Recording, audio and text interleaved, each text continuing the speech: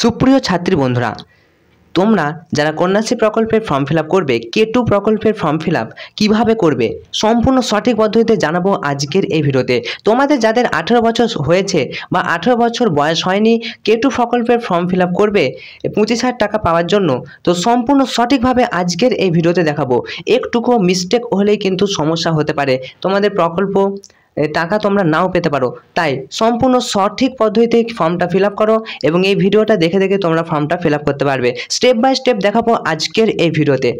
এছাড়াও এই form fill আপের সাথে আর কি কি ডকুমেন্টস তোমাদের লাগবে সেটাও জানিয়ে দিচ্ছি আজকের এই ভিডিওতে। ভিডিওটি ভালো লাগলে অবশ্যই লাইক করো, চ্যানেলে নতুন হলে চ্যানেলটি সাবস্ক্রাইব করে রাখতে পারো এরকমই স্কলারশিপ রিলেটেড এবং form fill up related video সববার আগে পাওয়ার জন্য। তো প্রথমেই দেখো, তোমাদেরকে ফর্মটা ফিল আপ করার সময় স্কুল বা কলেজ থেকে তোমাদের এরকম একটি ফর্ম দেবে। আর তোমরা যারা এখনও এই ফর্মটি পাওনি, তোমরা কোথা থেকে ফর্মটি পাবে একটু পরে বলছি। অনস্ক্রিন তোমরা দেখতে পাচ্ছ, to be filled up in English block letters only, অর্থাৎ শুধুমাত্র ইংরেজি ব্লক লেটার অর্থাৎ বড় হাতের লেখাতে তোমাদেরকে কিন্তু ফর্মটা ফিল আপ করতে হবে। একটুও মিস্টেক যেন না হয়, যাতে ভুল না হয় তোমরা এই ফর্মটা একটা জেরক্স কপি কিন্তু করে রাখতে পারো। প্রথমে জেরক্স কপিটাই তোমরা ফর্মটা ফিল আপ করো, তারপর অরিজিনাল ফর্মটাতে ফিল আপ করবে। ওকে, খুব সতর্কতার সাথে ফর্মটা ফিল আপ করবে যাতে একটুও ভুল না হয়। প্রথমে দেখো, application ID, serial number, name, date of birth এবং ইনস্টিটিউট নেম, এগুলো কিন্তু সব কিছু তোমাদের দেওয়া থাকছে। এছাড়াও ডান পাশে দেখতে পাচ্ছ তোমরা ইমেজ কিন্তু দেওয়া থাকছে। প্রথমে তোমাদেরকে যেটা ফিল আপ করতে হবে, অ্যাপ্লিকেশন বেসিক ডিটেলস। প্রথমে দেখো রিলিজিয়ান মানে হচ্ছে ধর্ম।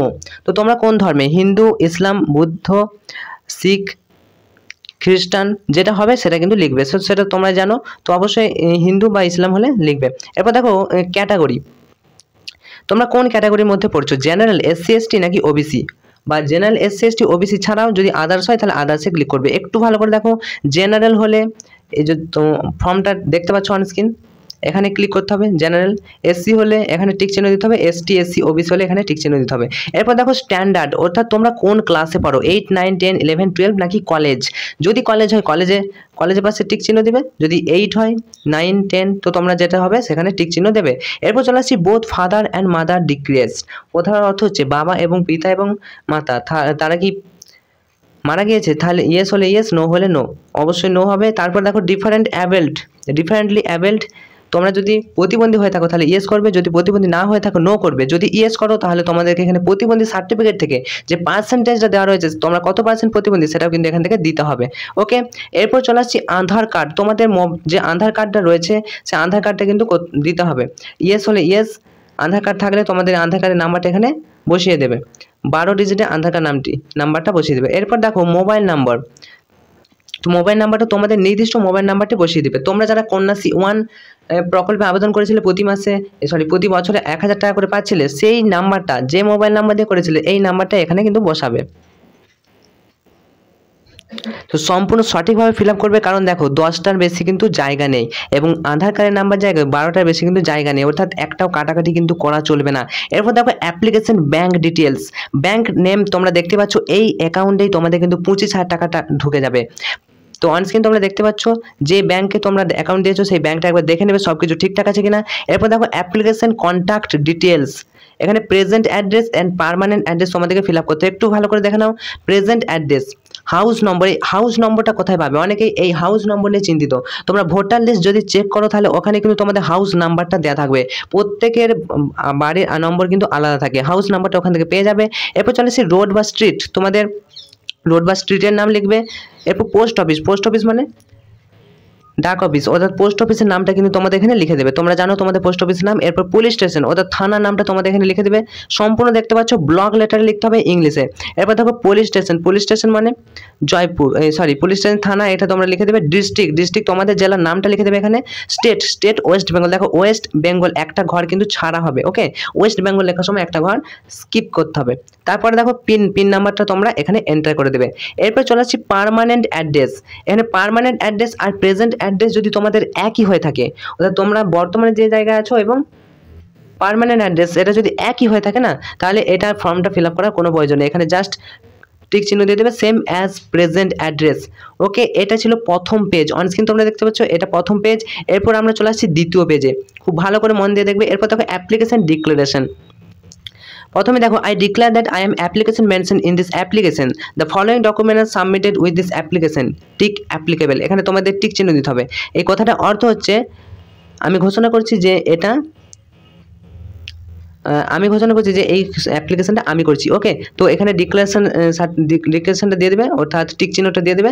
সার্টিফিকেট অফ এলিজিবিলিটি, অর্থাৎ কী কী সার্টিফিকেট তোমাদেরকে দিতে হবে। তো প্রথমেরটা তোমাদের কিছু দেওয়ার দরকার নেই, অনস্ক্রিন তোমরা দেখতেই পাচ্ছ ভালো করে। Declaration that I am unmarried, আমি আনম্যারিড অর্থাৎ অবিবাহিত, এটা একটা ডিক্লারেশন তোমাদেরকে দিতে হবে, অর্থাৎ তার জন্য টিক চিহ্ন দিয়ে দেবে। আর copy of birth certificate attested by application, birth certificate তোমাদেরকে দিতে হবে, তো এর জন্য তোমাদেরকে এখানে টিক চিহ্নটা দিয়ে দেবে, টিক চিহ্নটা দিতেই হবে। ওকে, এরপর চলে আসছি নেক্সট।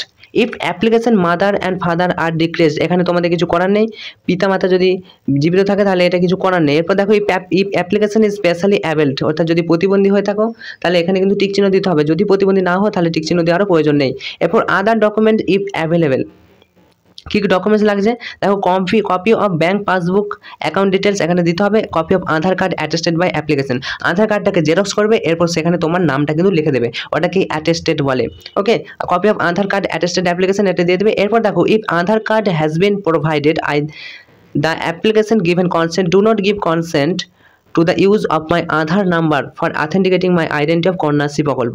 তো জাস্ট এখানে কিছু নেই, তোমরা এখানে ডেটটা লিখে দেবে, এখানে তোমরা সই করবে, অ্যাপ্লিকেশন সিগনেচার, তোমরা যেমন আবেদনকারী রয়েছো তোমরা এখানে সই করবে এবং এখানে তোমাদের পিতামাতাকে যে কোনো একজন সই করবে। ওকে, এরপর দেখো প্যারেন্টস লিগাল গার্জেন ডিক্লারেশন, এখানে গার্জেনের একটা ডিক্লারেশন দিতে বলছে, তো এখানেও জাস্ট ডেটটা দেবে এবং তোমার সিগনেচার করবে, অর্থাৎ যারা আবেদন করছো তাদের সিগনেচার করবে এবং এখানে তোমার পিতামাতার সিগনেচার হবে, পিতা বা মাতা যে কোনো একজনের। ওকে, এবার দেখো certificate of superintendent of J home, তো জাস্ট এটা কিন্তু কিচ্ছু করার প্রয়োজন নেই, কারণ এটা অফিসিয়াল ওয়ার্ক, এটা অফিসের সমস্ত পদাধিকারীরা করবেন, তারপরে এটা কিছু নেই। এরপরে আমরা চলে আসবো নেক্সট পেজে। অনস্ক্রিন তোমরা দেখতে পাচ্ছ এই পেজে তোমাদের রয়েছে কনসেন্ট অফ আধার অথেন্টিকেশন, তো এখানে দেখতে পাচ্ছ বলা হয়েছে আধার নাম্বারটা লাগবে, খুব ভালোভাবে লিখবে, একটাও যেন গেবড়াগেবড়ি না হয়, কাটাকাটি না হয়। ওকে, এখানে দেখতে পাচ্ছ আধার কার্ডের নাম্বারটা দিয়ে দেওয়া হয়েছে। এরপর signature of Aadhaar number holder, তো এখানে আধার কার্ড নাম্বার, তোমরা যার আধার কার্ড নাম্বার অর্থাৎ তোমাদের আধার কার্ড নাম্বারটা দিয়ে তোমরা এখানে সিগনেচার করে দেবে। এরপর দেখো আধার প্রমাণের জন্য সম্মতিপত্র, খুব ভালো করে দেখো তোমরা এইখানেই ভুল করে থাকো, ইংরেজিতে দেওয়া আছে একটা বাংলাতে দেওয়া আছে, তাহলে তোমাদের প্রশ্ন যে কোনটা করবো, তো তোমরা ইংরেজিতেও করতে পারো অথবা বাংলাতেও করতে পারো, যেহেতু আমরা সব ফর্মটা ইংরেজিতে করেছি ইংরেজিতেও করতে হবে এবং বাংলাতে যদি প্রয়োজন পড়ে করবে, না করলে অসুবিধা নেই। ওকে, বাংলায় করলেও অসুবিধা নেই, না করলে অসুবিধা নেই। তো এটা তোমরা স্কুল কলেজে একবার জিজ্ঞাসা করে নেবে, যদি করতে বলে করে দেবে। এখানে আধার কার্ডের নাম্বারটা বাংলায় লিখে দেবে, তারপর বাংলায় তোমাদের নামটা লিখে দেবে, এটা প্রয়োজন নেই, করার কোনো প্রয়োজন নেই। তো এটাই ছিল সম্পূর্ণ তোমাদের কন্যাশ্রী K2 প্রকল্পের ফর্ম ফিল আপ। আশা করি কোনো ভুল হবে না, সম্পূর্ণ সঠিক পদ্ধতিতে আবেদন করবে এবং সম্পূর্ণ সঠিক পদ্ধতিতে ফর্মটা ফিল আপ করবে। তোমরা নীল বা কালো কালি ইউজ করতে পারো, সম্পূর্ণ ব্লক লেটারে কিন্তু লিখতে হবে। এরপর তোমাদেরকে জানিয়ে রাখি কী কী ডকুমেন্টস লাগবে। দেখো ডকুমেন্টস লাগবে তোমাদেরকে আগেই বলেছি, আমরা স্কুল কলেজের বিভিন্ন স্যারের সাথে কথা বলে জানতে পেরেছি যে কী কী ডকুমেন্টস লাগবে। প্রথমত নোট ডাউন করে নিতে পারো, মাধ্যমিকের অ্যাডমিট কার্ডের জেরক্স, মাধ্যমিকের অ্যাডমিট কার্ডের জেরক্সটা লাগবে, ওটা ডেথ সার্টিফিকেটের বদলে, অর্থাৎ ডেট অফ বার্থের বদলে। ওকে, কলেজে ভর্তির রসিদ এটা তোমাদেরকে দিতেই হবে, কলেজ অথবা স্কুলে ভর্তির রসিদটা, অর্থাৎ তোমরা যে এখন পড়াশোনা করছো তার জন্য এই ভর্তির রসিদটা দিতে হবে। এবং ইনকাম সার্টিফিকেট অফ ভিডিও, অর্থাৎ ব্লক ডেভেলপমেন্ট অফিসার ভিডিওর ইনকাম সার্টিফিকেট কিন্তু লাগবে। এই ভিডিওর ইনকাম সার্টিফিকেট কীভাবে নিজেরাই মোবাইল ফোন থেকে বার করতে পারবে, নিজেরাই তৈরি করতে পারবে, সেই নিয়ে যদি ভিডিও চাও অবশ্যই আমরা ভিডিও দেবো, কমেন্টের সংখ্যা বেশি হলে অবশ্যই আমরা ভিডিও আনবো, তাই অবশ্যই কমেন্ট করে জানাও। এরপরে দেখো মা ও নিজের আধার কার্ডের জেরক্স, মায়ের আধার কার্ড প্লাস নিজের আধার কার্ডের জেরক্সটা লাগবে। এছাড়াও ব্যাংকের পাসবইয়ের জেরক্স, ব্যাংকের পাসবই কিন্তু জেরক্স দিতেই হবে, কারণ ওখানে তোমাদের টাকাটা ঢুকবে। 2 কপি রঙিন পাসপোর্ট ছবি, রঙিন পাসপোর্ট ছবিটা কিন্তু তোমাদেরকে দিতে হবে 2 কপি, এটা স্কুলে বা কলেজের স্যারেরা বলেছে, তো তোমাদের ক কপি লাগছে সেটা তোমাদের স্কুলে বা কলেজের স্যার অবশ্যই বলে দেবেন। এছাড়াও মা ও নিজের রেশন কার্ডের জেরক্সটা কিন্তু লাগছে। বাবা ও মায়ের প্রদত্ত অবিবাহিত ঘোষণাপত্র, অর্থাৎ আনম্যারিড যে সার্টিফিকেট, আনম্যারিড সার্টিফিকেট কিন্তু দিতে হবে মা এবং বাবাকে। সেটা কীভাবে, সাদা কাগজে একটা লিখতে হবে যে আমার মেয়ে অবিবাহিত বা আনম্যারিড, সেটা নিয়ে কীভাবে একটা লিখতে হবে, কীভাবে দরখাস্ত লিখবে, সেই নিয়েও যদি একটা ভিডিও চাও অবশ্যই আমরা ভিডিও আনবো, যদি কমেন্টের সংখ্যা বেশি হয়।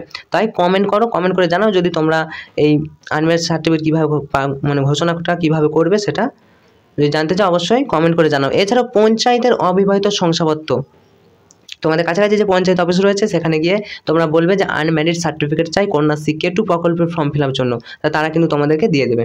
তো এটাই ছিল তোমাদেরকে জানানোর। আশা করি ভিডিওটি তোমাদের অনেকটাই হেল্পফুল হয়েছে। অবশ্যই তোমাদের প্রয়োজনীয় বন্ধুদের সাথে এই ভিডিওটি শেয়ার করে দাও, যারা এখনও কন্যাশ্রী প্রকল্পের ফর্ম ফিল আপ করেনি বা কন্যাশ্রী প্রকল্পের ফর্ম ফিল আপ করতে চলেছে। ভিডিওটি ভালো লাগলে অবশ্যই একটা লাইক করো, আর এরকমই স্কলারশিপ থেকে শুরু করে সমস্ত প্রকল্পের ফর্ম ফিল আপ আপডেট পেতে অবশ্যই আমাদের চ্যানেলে নতুন হলে চ্যানেলটি সাবস্ক্রাইব করে পাশে থাকা নোটিফিকেশন অল সিলেক্ট করে রাখতেই পারো। আজকের মতো এখানেই শেষ করছি। Enjoy exam, all the best.